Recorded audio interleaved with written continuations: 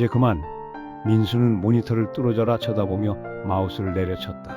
서울 강남의 32층 사무실에서 내려다보는 회색빛 도시는 오늘따라 더욱 답답하게 느껴졌다. 또 다른 야근, 또 다른 회의, 또 다른 엑셀 파일. 그의 인스타그램 피드는 온통 제주도 사진으로 가득했다. 푸른 바다, 노란 유채꽃, 아늑한 카페들. 나도 저렇게 살고 싶어. 그날 밤 충동적으로 편도 항공권을 예약했다. 자유로운 영혼이라면 그래야 하는 거 아닌가? 제주 공항에 도착한 민수는 상쾌한 바람을 맞으며 깊게 숨을 들이마셨다. 역시 공기가 다르네. 하지만 첫 번째 문제는 바로 시작됐다.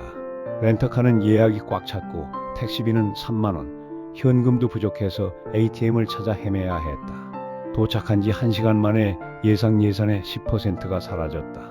에어비앤비로 예약한 바다 뷰 원룸은 사진과 달랐다. 바다는 보이긴 했다. 망원경이 있다면 뭐 그래도 제주도니까. 민수는 애써 긍정적으로 생각했다. 내일부터 시작될 새로운 삶에 대한 설렘으로 잠이 오지 않았다. 성산 일출봉 일출, 유명한 카페에서 브런치, 해변에서 노트북을 펼쳐놓고 원격 근무, 완벽해. 하지만 제주도의 현실은 SNS 필터 없는 민낯이었다. 알람이 울렸지만 새벽 5시에 일어나는 건 불가능했다. 유명한 브런치 카페는 평일인데도 2시간 웨이팅. 요즘 한 달 살기 하시는 분들이 많아서요. 자신만 이런 생각을 한 게 아니었구나. 결국 편의점 삼각김밥으로 아침을 때웠다. 5,000원. 서울보다 비쌌다. 해변에서 노트북 작업은 더욱 현실적이지 않았다. 바람 때문에 화면을 볼 수 없었고 모래가 키보드에 들어갔으며 와이파이는 당연히 없었다. 마트에서의 쇼핑은 또 다른 충격이었다. 상추 한 포기 4,000원, 달걀 10개 5,000원. 하루에 8만 원이 나갔다. 예상의 2배였다. 더 큰 문제는 외로움이었다. 서울에서는 바쁘다고, 인간관계가 피곤하다고 투덜댔지만 막상 아무도 모르는 곳에 혼자 있으니 답답했다. 창밖의 제주 밤하늘은 아름다웠지만 그 아름다움을 나눌 사람이 없었다. 야, 너 완전 관광객 티난다. 마트에서 허둥지둥 계산하고 있을 때 뒤에 서 있던 여자가 웃으며 말을 걸어왔다. 김지혜. 서울에서 내려온 지 3개월 된 선배였다. 여기 물가 적응하는데 시간 걸리지? 나도 처음 한 달은 거의 파산 직전이었어. 지혜를 따라간 곳은 현지인들만 아는 작은 식당이었다. 관광 가이드북에도 없고 인스타에도 잘 안 올라오는 곳. 하지만 음식은 정말 맛있었고 가격도 합리적이었다. 사장님은 따뜻하게 맞아주셨다. 아이고 그래? 제주 적응하기 힘들지? 뭐 궁금한 거 있으면 언제든 물어보렴. 제주에서는 사람이 재산이야. 혼자서는 절대 못 버텨. 지혜의 말이었다. 그를 통해 제주 이주민 카톡방에 초대받았다. 100명 넘는 전국 각지 출신 사람들이 실시간으로 정보를 공유했다. 오마트에서 한우 할인해요. 같이 카풀하실 분? 이사 도와주실 분 구해요. 서울에서는 옆집에 누가 사는지도 몰랐는데 여기서는 모르는 사람들이 서로 도우며 살고 있었다. 그날 저녁 참석한 제주 이주민 정기 모임에서 생면부지의 사람들이 진심으로 환영해 주었다. 처음 한 달이 가장 힘들어요. 그 고비만 넘기면 괜찮아져요. 회계사, 개발자, 카페 사장, 요가 강사 모두 제주에서의 삶을 진정으로 즐기고 있었다. 아, 이런 게 있었구나. 아이고 또 왔네. 일주일째 같은 식당에서 아침을 먹는 민수를 보고 사장님이 웃으셨다. 너무 급하게 먹지 마. 체할라. 민수는 깜짝 놀랐다. 서울에서의 습관이었다. 빨리 먹고 빨리 다음 일정으로. 제주에서는 천천히 사는 거야. 급할 게 뭐 있어. 사장님이 내려주신 따뜻한 귤차를 천천히 음미하며 마셨다. 급하게 마시면 이런 맛 모르지. 달콤하면서도 향긋한 맛. 지혜가 소개해준 현지 할머니 댁에서 농업 체험을 하게 됐다. 80세가 넘으신 할머니는 40년 넘게 감귤을 키우고 계셨다. 도시 사람들은 다 급해. 자연은 원래 천천히 자라는 거야. 할머니의 손은 거칠었지만 나무를 만질 때는 정말 조심스러웠다. 마치 아이를 어루만지듯이. 이 나무는 내가 30년 전에 심은 거야. 처음에는 작은 묘목이었는데 이제 이렇게 컸지. 민수는 깨달았다. 서울에서는 모든 걸 빨리빨리 해야 한다고 생각했는데 진짜 가치 있는 것들은 시간이 필요하다는 것을. 할머니가 직접 키운 채소로 만든 음식은 시장에서 사 먹던 것과 완전히 달랐다. 이게 진짜 맛이구나. 그럼 사랑으로 키운 거니까. 오후에 밭끝에서 바다가 보이는 언덕에 앉아 차를 마셨다. 할머니, 지루하지 않으세요? 매일 똑같은 일의 반복인데 지루하다고? 아이고, 매일 다르지. 오늘 나무 상태도 다르고 날씨도 다르고 바람도 다르고. 정말로 그랬다. 아침과 오후의 빛이 달랐고 바다 색깔도 달랐다. 자신이 그동안 얼마나 무심하게 살았는지 깨달았다. 이렇게 살 수도 있구나. 한 달이 지나자 경제적인 문제가 심각해졌다. 저축한 돈이 바닥을 보이고 있었다. 그때 서울 회사에서 전화가 왔다. 프리랜서로 일할래? 프로젝트별로 주면 안 될까? 반반 원격 근무를 시작하게 됐지만 숙소에서는 집중이 안 됐다. 지혜가 소개해준 제주 디지털 노마드 베이스라는 코워킹 스페이스에서 같은 상황의 사람들을 만났다. 신기하게도 서울에서 일할 때보다 창의적인 아이디어가 더 많이 떠올랐다. 아침마다 보는 바다, 올레길, 할머니 댁의 감귤나무들, 모든 게 영감의 원천이 됐다. 와, 이전 작업과 완전 다른 느낌이네요. 훨씬 자연스럽고 따뜻한 감정이 느껴져요. 제주 로컬 브랜드의 브랜딩 작업을 맡게 됐다. 수제 비누를 만드는 김수진 씨였다. 서울에서 화학회사 다니다가 아토피 때문에 내려왔어요. 민수는 이 진정성을 브랜딩에 담고 싶었다.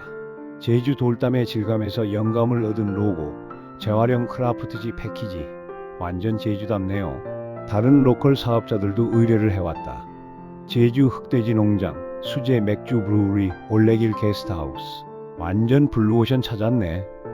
한 달 만에 수입은 서울 직장 때보다 오히려 늘어났다. 더 중요한 건 만족도였다. 자신의 작업이 실제로 제주 지역 경제에 도움이 되고 있다는 뿌듯함. 민수야, 큰일 났어. 지혜가 급하게 전화를 걸어왔다. 할머니가 넘어지셔서 병원에 입원하신 것이었다. 민수는 바로 일을 중단하고 병원으로 향했다. 응급실에는 이미 이주민들이 모여 있었다. 그날 밤부터 돌아가면서 할머니를 돌봤다. 밤샘 간병, 병원비 지원, 식사 챙겨드리기. 혈연 관계도 아닌 사람들이 마치 가족처럼. 아이고, 고맙다. 내가 뭘 했다고 이렇게 잘해주나. 가족이니까 당연하죠. 할머니 아들이 서울에서 내려와 병원에 모인 사람들을 보고 놀랐다. 어머니가 외로워하실까봐 걱정했는데 이런 좋은 분들이 계셨네요. 이 일을 계기로 제주 이주민 품앗이가 만들어졌다. 매월 소정의 회비를 내고 어려운 일이 생기면 서로 돕는 시스템. 진짜 가족보다 낫네. 서울에서는 가족들과도 1년에 몇 번 못 봤는데 여기서는 매주 만나는 사람들이 있었다. 이게 진짜 공동체구나. 10월 말 태풍이 제주를 강타할 예정이었다. 생전 처음 경험하는 일이었다. 이주민 카톡방이 난리였고 현지인들이 하나하나 알려주기 시작했다. 할머니는 민수뿐만 아니라 다른 이주민들 목까지 준비해 두셨다. 너희들이 우리를 도와주니까 우리도 도와야지. 태풍이 지나간 후 제주는 엉망이었지만 복구 속도는 놀라웠다. 현지인들과 이주민들이 함께 나서서 복구 작업을 했다. 우리도 이제 제주 사람이네. 하지만 태풍 이후 관광객이 급감하면서 민수의 클라이언트들도 타격을 받았다. 한 달 만에 수입이 절반으로 또다시 공동체의 힘이 발휘됐다. 제주 이주민 품앗이 경제가 시작됐다. 돈 대신 서로의 재능으로 거래하는 것. 위기가 오히려 새로운 기회가 됐다. 외부 의존도를 줄이고 내부 결속력을 높이는 계기였다. 형, 진짜 안 올 거야? 승진 기회인데. 서울 회사에서 마지막 전화가 왔다. 팀장 자리 연봉 2배 고마워. 하지만 괜찮아. 미쳤나? 돈이 다가 아니더라. 여기서 하는 일이 더 의미 있어. 그리고 여기가 이제 내 집이야. 1년 전 처음 봤을 때와는 다른 바다였다. 그때는 그저 예쁜 풍경이었다면 지금은 일상의 일부였다. 아침마다 할머니 댁에 들러서 안부를 묻고 오후에는 코워킹 스페이스에서 일하고 저녁에는 동료들과 함께 밥을 먹는다. 이게 진짜 삶이구나. 가을 감귤 수확 때 이주민들이 모두 모였다. 1년 전과는 완전히 다른 기분이었다.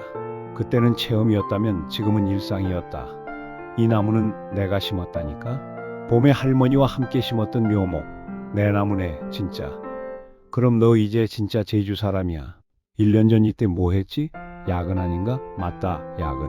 그때는 이런 삶이 있는 줄도 몰랐어. 나도 마찬가지야. 사실 처음에는 도망친 거라고 생각했어. 그런데 지금 생각해보니 도망이 아니라 선택이었어. 맞아. 어떻게 살 것인가에 대한 선택. 그날 밤 가족에게 전화를 걸었다. 언제 서울 올 거야? 서울에 갈 일이 있을까요? 엄마, 저 여기서 정말 행복해요. 좋은 사람들도 만났고 하고 싶은 일도 하고 있고. 제주도 한번 놀러 오세요. 달빛에 반짝이는 바다가 정말 아름다웠다. 이게 내 일상이구나.